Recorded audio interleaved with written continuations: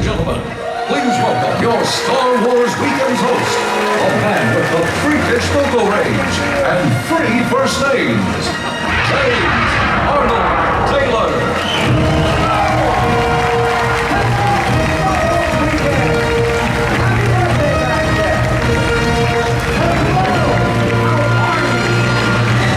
Are we ready? Are you ready? What about you? You ready over here? Who's more ready? Over here? How about back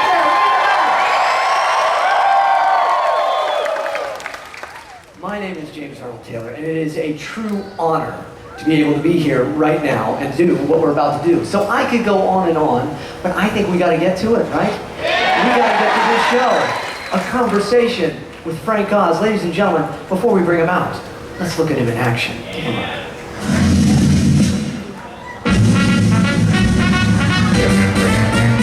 You don't need to be scared. Teaching Bernice here how to play checkers. Your move, Bernice. Bernice? Yes, now to our story. It's my showbiz. Waka. Work hard, lad. Take the last one and go. Hi there, Mr. Oz. Are you by chance in relation to Frank Oz?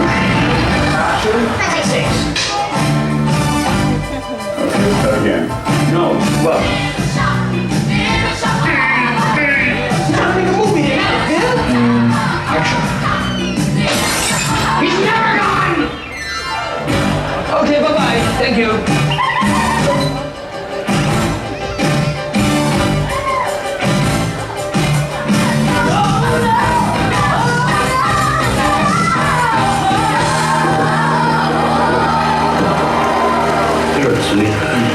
Got it. And cut.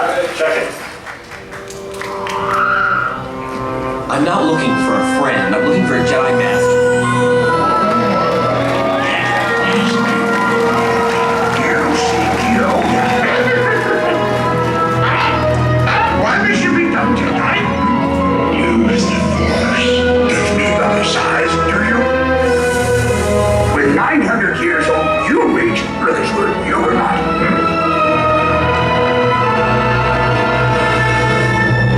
Do or do not. There is no try. You must feel the force around you. Mr. Frank Oz.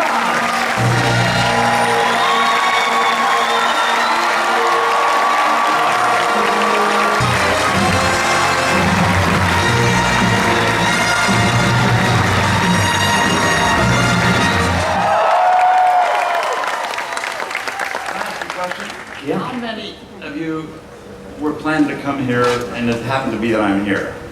Anybody? Let's see. Yeah. How many people came here not because of me? And thank you very much, because that's a lot of energy on your part, a lot of time and money. Yeah. So thank you very much. It was very good of you guys. Thank you. Yeah.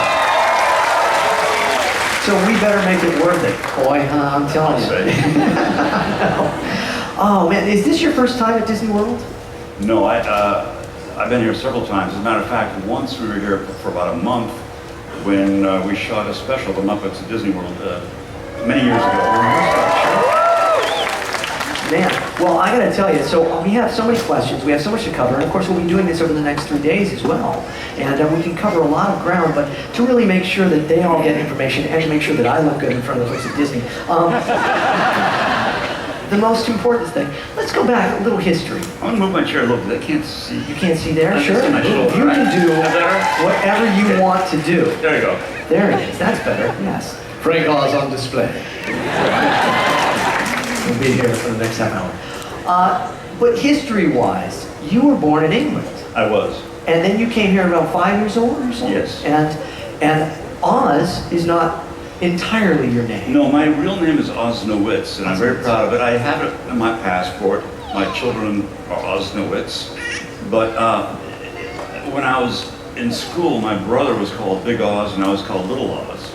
And when we were doing a TV show, when I came to New York in 1963, when the star introduced me, he couldn't couldn't pronounce Osnowitz. So somebody suggested Oz, and that turned out to be that. It's stuck, and it's been very cool ever since. Yeah, It's it's nice. But then, so your parents were puppeteers. It was their hobby. It was their hobby, okay. And so you just kind of naturally had that ability, and you took it on. But I don't know if I had that ability or not. I know, I guess I wanted to express myself in some way, and I think it was a way of pleasing my parents. But also, I was about 11 years old, 12 years old, and for those of you who were like me, who had low self-esteem, I was too scared to be myself. And what it did, it gave me an avenue to express myself, but with this. And so if people rejected this, they weren't rejecting me. And so I think this of course I didn't realize until much later in life, but I realized that's probably why I did it, because I think a lot of us have, when you're younger, have self-esteem problems, which is a shame, because we're all great. yeah. But that I think is what happened, and then as a result of doing it more, then I think I got into a situation where I got pretty good at it. So 11 and 12 years old, Children's Fairyland was the Yeah, there's a park in in Oakland, California called Children's Fairyland. As a matter of fact, Walt Disney came to visit Children's Fairyland before he built Disneyland. Is that right? Yeah, because he was just studying different parks, and that was there beforehand. So tell me about this porcupine marionette, though. Where did you get that from? Well, you still don't get the Jedi thing. Okay, really. there were. When I was 12, 13, 14 years old, I was kind of apprenticing at this puppet theater in Oakland, California at Children's Fairyland. And it was 3 shows a day, but marionettes, string puppets. And I think I built a porcupine, which is the dumbest thing you could possibly do, with strings. Because it just walks like 3 inches and all the strings are tangled in the, So, but I was young. Yeah, but you did it. It's good. But then at 17, you met a gentleman that really, I think it's fair to say, changed your life. Oh, completely changed my life. Yeah, I was 17, and there were these puppet conferences. I never went to them, but this one had a contest, and when I was there, I won the contest, and so Jim happened to be there. Jim Henson and his wife Jane.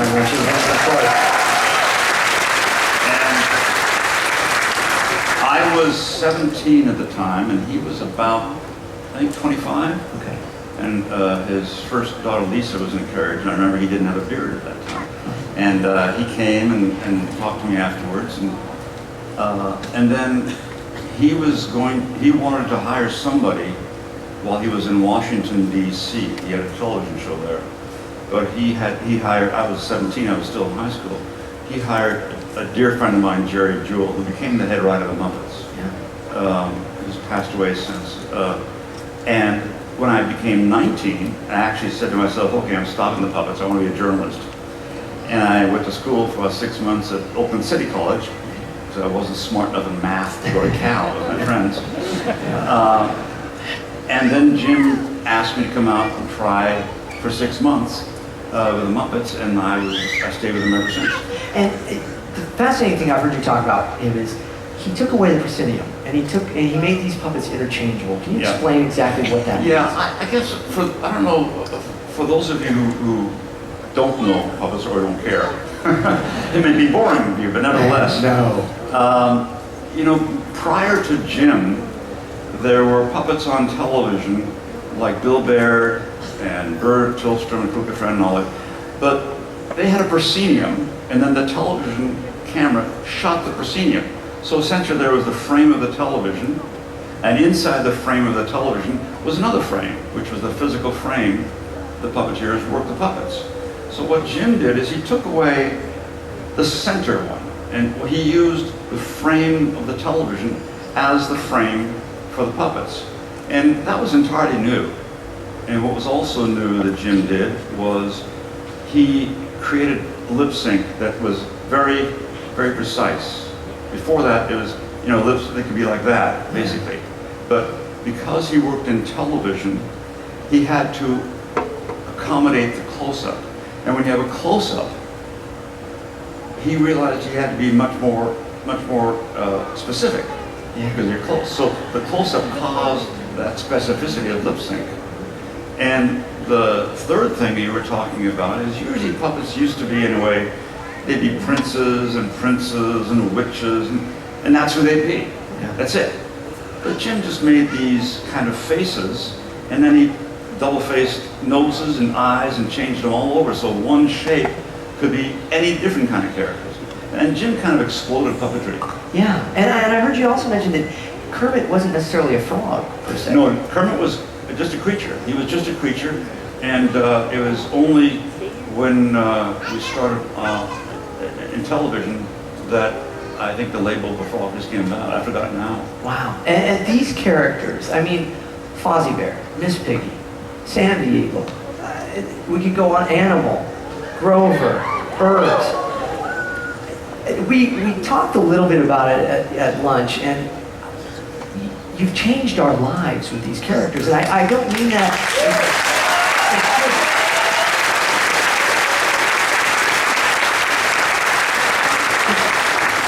amazing, and I don't know how he was a person that has been a part of all this, that, as you said, it was just a gig. And then all of a sudden it becomes this... Yeah, I was a performer. I was Jim's main performer, and so, you know, I never, you can't think that it's going to happen like this. You just don't. You just put your nose to the grindstone and you work every day. And you work hard and you have a lot of fun. That's when Jim taught me. Jim taught me that you can work like hell, but still have a lot of fun, no matter what you do. Yeah. So as James said, when Sesame Street, for instance, came out, we did a pilot, and we thought, okay, that was fun. Now, who knew it was going to go on for so long? And you know, I want to say something here about you talking about all my characters, which I'm proud of. Sure. But you know, I'm up here, and I'm getting all the credit here, but no one works in a vacuum. Right. You know, my characters would never be the way they are if I didn't work with my fellow performers' characters. That's when one finds a character, when one plays off another character. If I was just alone, and I would be lost. I couldn't create a character as lasting. So, you know, the other performers, in Richie Hunt, who passed away, who did Beaker and everything else, and you know, Jerry Nelson passed away recently, and he did Floyd and so many others, and the costumers and the workshop people, and we have Dave Dole still, and all these people. You know, I'm here getting credit, but all these people are the ones who really should also be up here with me on the stage. And of course, the one person more than anything else is Jim. Jim is the one who gave me all the opportunities and all the support. And you know, I wouldn't be here if it wasn't for Jim. You know. Well, you know, he credited you as one of the main reasons The Muppet Show was funny. And but he had no sense of humor. And I can say that because you know I love him. yeah, and were the two of you opposites from each other? Totally opposite. Yeah. This is why Bert and Ernie worked so well. Yeah. In the very beginning, before Sesame Street started, the first show, you know, we had these two characters, and I'm not quite sure where the names Bert and Ernie came from. Oh, really? I was going to ask. Yeah, I don't know. People thought they came from a movie and things. I don't recall. But I know that when you, in the beginning, when you started with a character, you'd work in front of a mirror. Nowadays, or, you know, that was before the video was accessible. And so Jim and I were working in front of a mirror, and he first tried Bert, and then I tried Ernie, and we played around, and it just wasn't working. And then I tried Bert, and he tried Ernie, and it started to gel a little bit. And I think it's partly because, as you say, you know, Jim was this extraordinary human being who went with the flow. He was the strongest man I've ever met in my life. Strong in character and physically strong for what he said. See, but his character as a human being was just, he never just fought against things. So for Ernie, he was very playful, and he did that. For me, I was neurotic. I fought against up the current,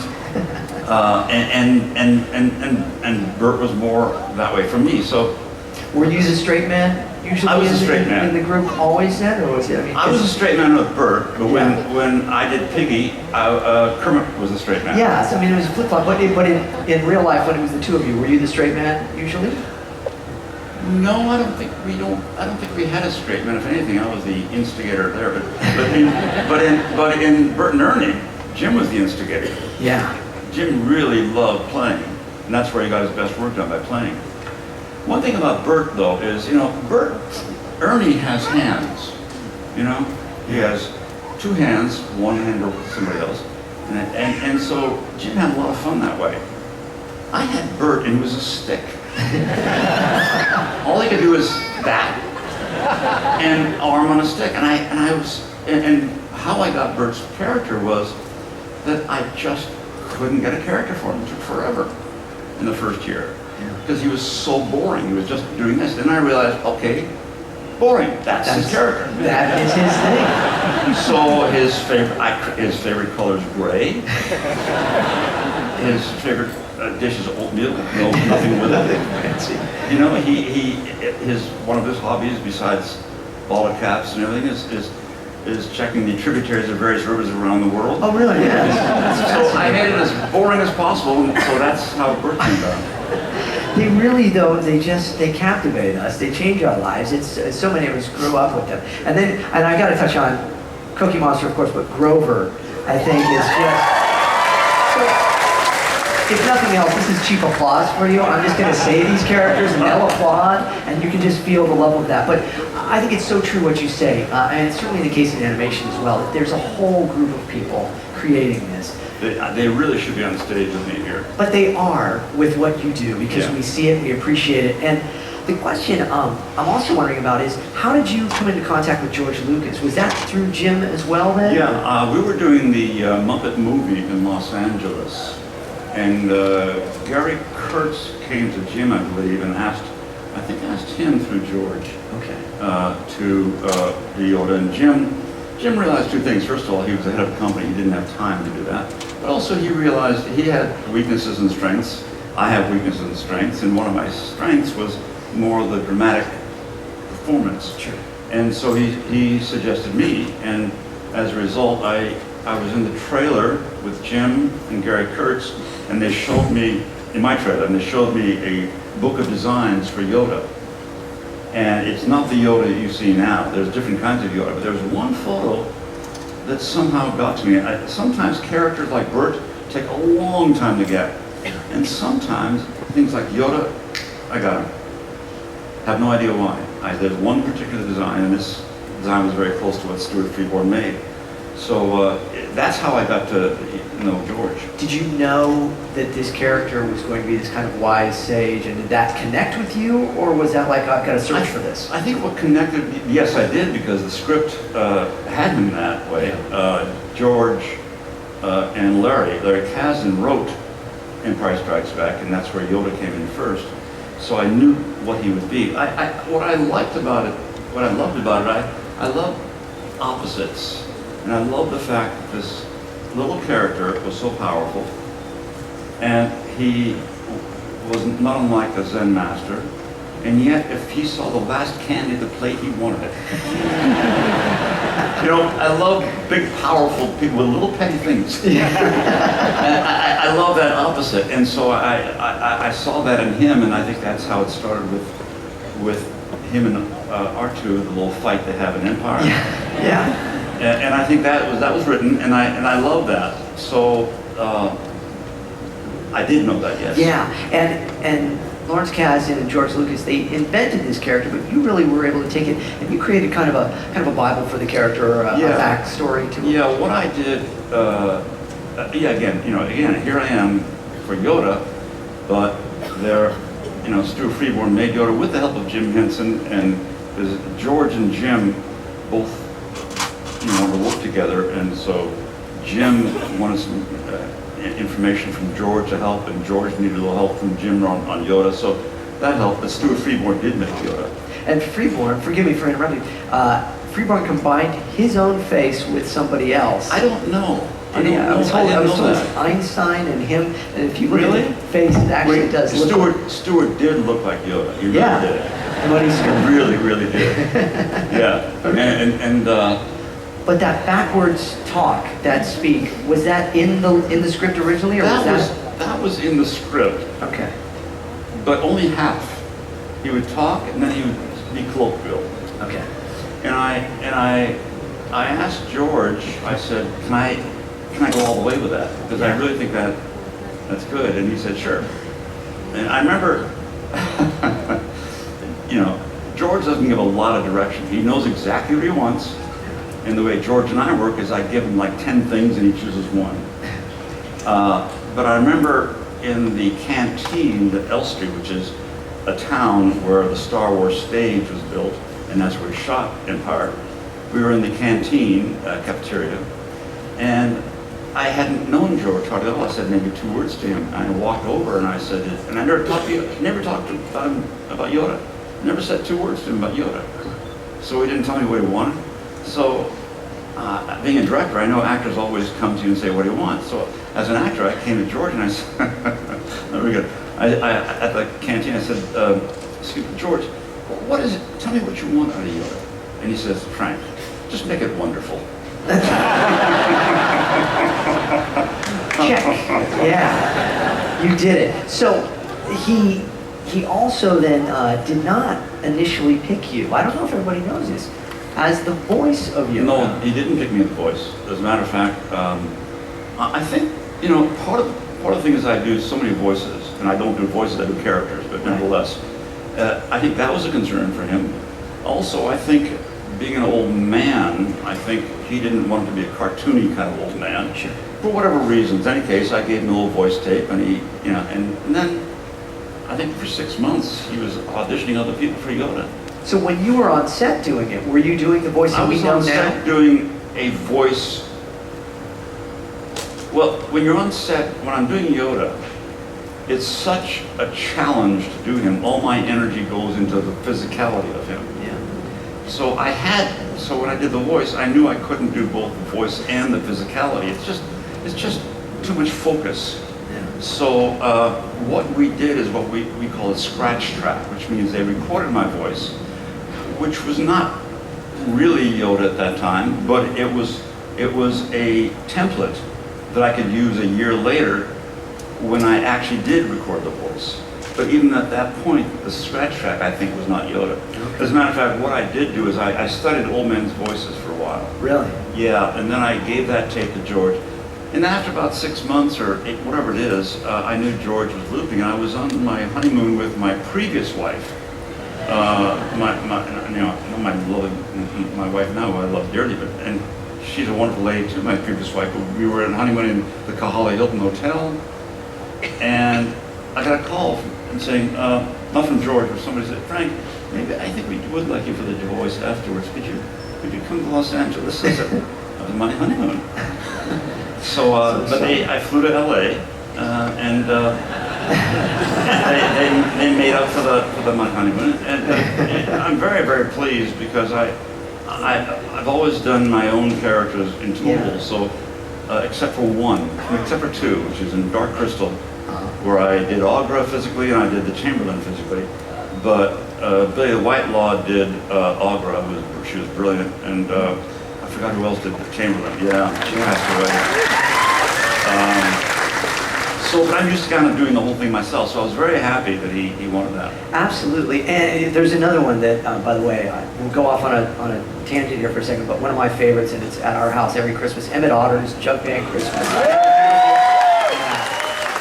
And I don't know if everybody knows that you were Emmett's mom, Alice. I was Emmett's mom physically. Physically, yes. But we had to have a real, Marilyn Sokol had a beautiful voice. Yes. I was the head for voice and then physically of the leader of the gang. Yeah. Yeah. And that was just wonderful. And Paul Williams wrote the most beautiful. Yeah, that was awesome stuff. So that is a Christmas favorite for us, but I just needed to selfishly do that right now. Just to pull tension over to me again, you see, Frank. That's the way it works every once in a while. But, so, you're on set, and Mark Hamill has talked about this many times.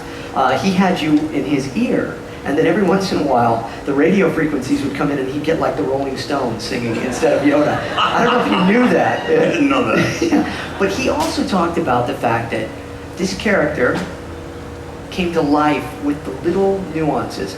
The leg coming up over when he's getting it up on the rocks and things. And it's all of those things that without you, he was saying, it wouldn't have happened the same way. Where is your perspective of that? You're underneath the sets. Well, let me say one thing about that is that, the key to Yoda is struggle. He's very, very old and he's struggling.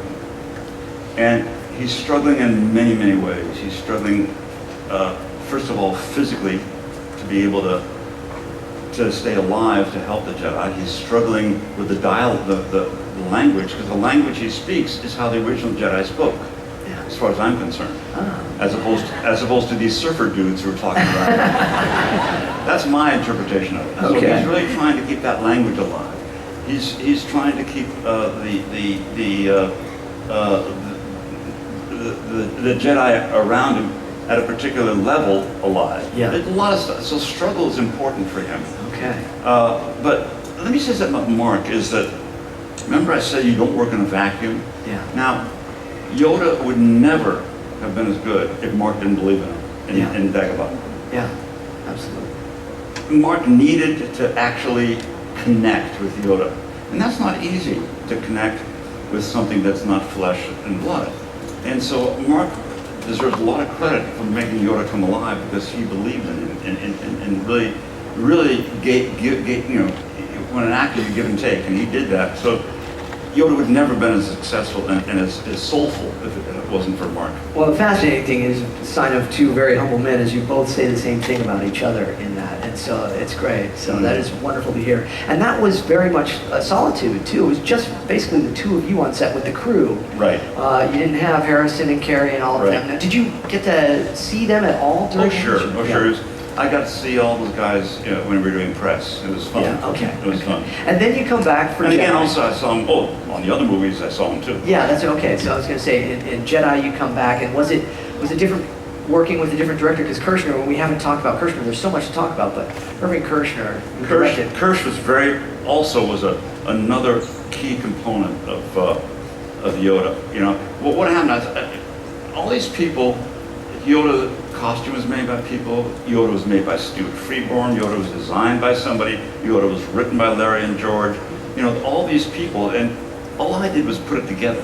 Okay, I just made it alive, and I didn't just make it. I didn't want it to be. If I did a good performance or even a great performance, it wouldn't have been enough. I had to make a transcendent performance, so you don't see him as a puppet. Yeah. That was the key thing for me. But I was one fortunate enough to be able to bring him to life. And I got off the subject. You were saying. Oh, well, we were talking about Kirshner and his direction. Kirshner was a very key person in that. Yeah. Although when Kirsch is so funny. When I was working, Dagobah was about 4.5 feet, 5 feet lifted off the ground, the entire set. In part for the water, but in part for me, because I was underneath. And I was working Yoda underneath. And I remember Kirsch was giving directions. He was giving directions to Yoda. And I'm shouting, Kirsch, I'm down here, it's me. But Kirsch was a very important part of Yoda too. Well, and again, that also goes to talk about the importance of that character being believable and how he was, even on set right there. So that is fantastic. And then he becomes a CG creation. Well, now in the prequels, in episode 1, he was again a puppet. But now he's since been replaced with CG. Do you have any feelings one way or another as like how you prefer to do him? Obviously, I would think you prefer him as a puppet. I prefer him whatever's necessary for the story. See, that's great. Yeah. And when Yoda had to do battle, and that was the story, there's no way in God's earth he'd be a puppet. I mean, you see him jumping around. There's no way, and it wouldn't have been as powerful. So George had to follow the story. I mean, you have a story, you've got to be true to it. And that's the only way in which you can be true to it. So I was supported that, you know? Yeah. Well, I support the story, whatever is necessary. It's beautiful. Do you find it different? I mean, so often you go back into loop and you're doing voice work, much like I do then in the studio. Is that a lot different than when you're actually performing it, though, as opposed to when you're just in there? Oh yeah, yeah. I can concentrate only on the voice then, and I'm I'm frame specific there, just like you are, and it's much easier for me because I'm not thinking about all the other physical things that I've got to deal with. So I just deal only with what I see on the screen and just the voice, and also people, I don't know if you guys are film people, but people say, oh, looping takes away the spontaneity, and I disagree. I think the opposite. I think you can do a lot more with looping, much more opportunities to be spontaneous and alive and richer with looping. I agree, but I'm biased as well. So, there's so many different things we can cover, and again, By the way, looping means Yeah. ADR, which means additional dialogue recording, as ADR, which means once you shoot a character or a person, sometimes the sound isn't good, or the person's voice isn't right, or has a cold, so you go in months later and they show the performance on the screen, and then you say the dialogue in a mic and put the new voice on the screen. It's called looping because at one point the film was on a loop. Yes. When they did it. Thank you, sir, for that bit of information. It's as though you're a director and you like things. See the segue? I'm a master of the segue, Frank.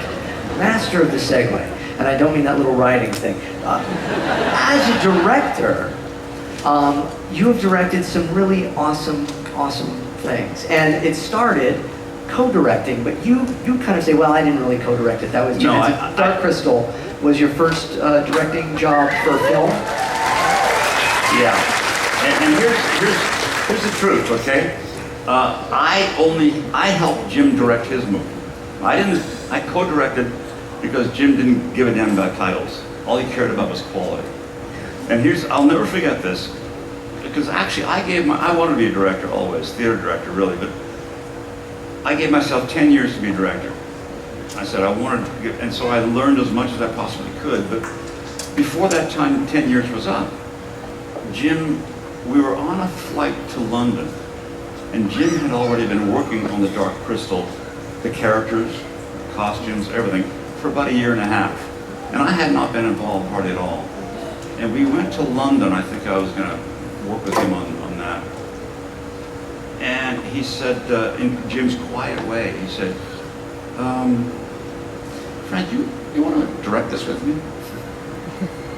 And I said, Jim, I never directed it. This is huge. I never directed anything like this before. But I mean, why? Why me?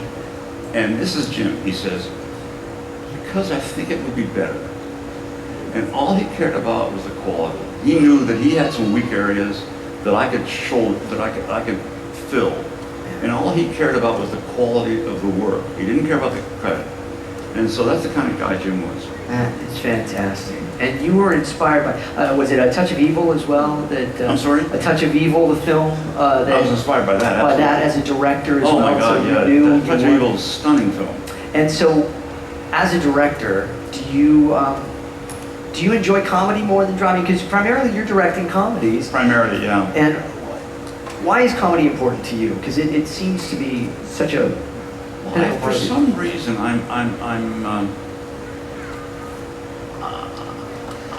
like bringing things to life. Yeah. That's what I do.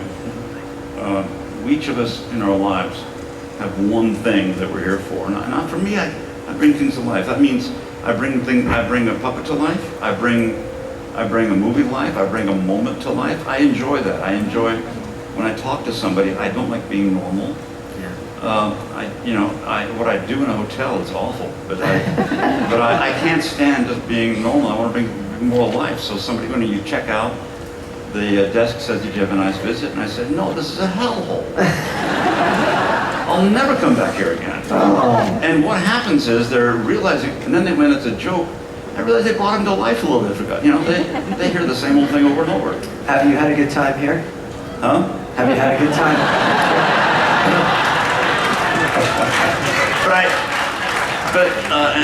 Anyway, that's what I do, and I think again I lost the focus of the end. Oh, that's all right. I didn't have any focus anyway.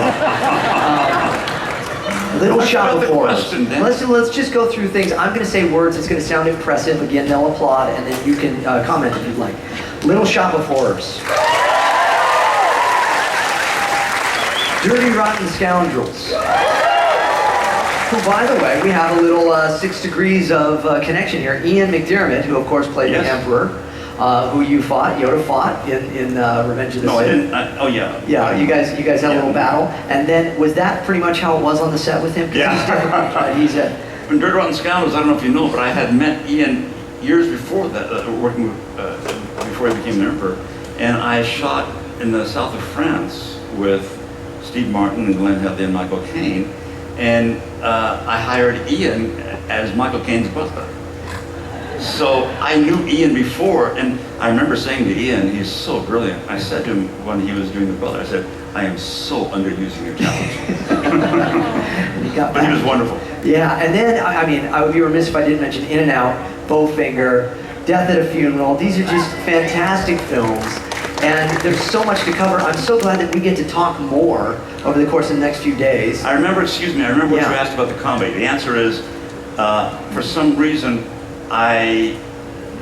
comedy brings things more to life, and also more serious things could be said about with comedy. Yes. And I like things that are a bit subversive, and the best way to bring that up is to be funny, because that's not as threatening. Although I love dramas too, you know. Okay. All right. I remember that question. It's pretty good, right? That was very good. I'm impressed. Hey, you know, you're also a voice in the new Inside Out, right? The new Pixar film. And Two lines. that's Two. What- Pete Doctor's a dear friend of ours. He's a director of Up and Yeah. Monsters, Inc. So he just asked me and Dave Gould. Now Dave Gould does Gonzo and yeah. Bunsen Honeydew and Zoot and everything. So Dave and I have been friends, and we clown around for 35 years. Knowing that, because Dave's a friend of Pete's, he just brought us in the studio. We ad-libbed for about 2 hours, and we had a ball. And he just took a few lines, but I am so undeserving of being in that movie. I think we're undeserving here of all this time you've given us. We are so grateful, Frank Oz, for your time.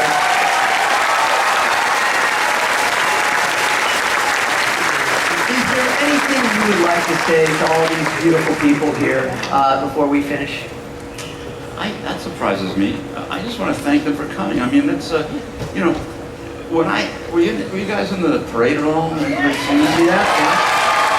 It was weird because I can't stop and talk to you guys. I can't stop and autograph. I can't do it because then it's just too much. But when I see the kids, I see myself, because I was in the audience in the parade when at my age it was Hopalong Cassidy, a big Cabo star, and I was in the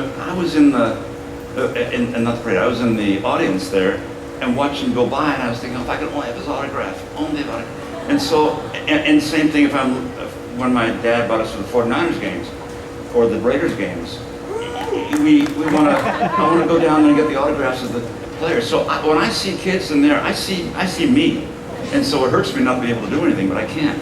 Well, I think we appreciate you just the way you are. Ladies and gentlemen, please, Mr. Frank Oz, here in May the 4th, be with you.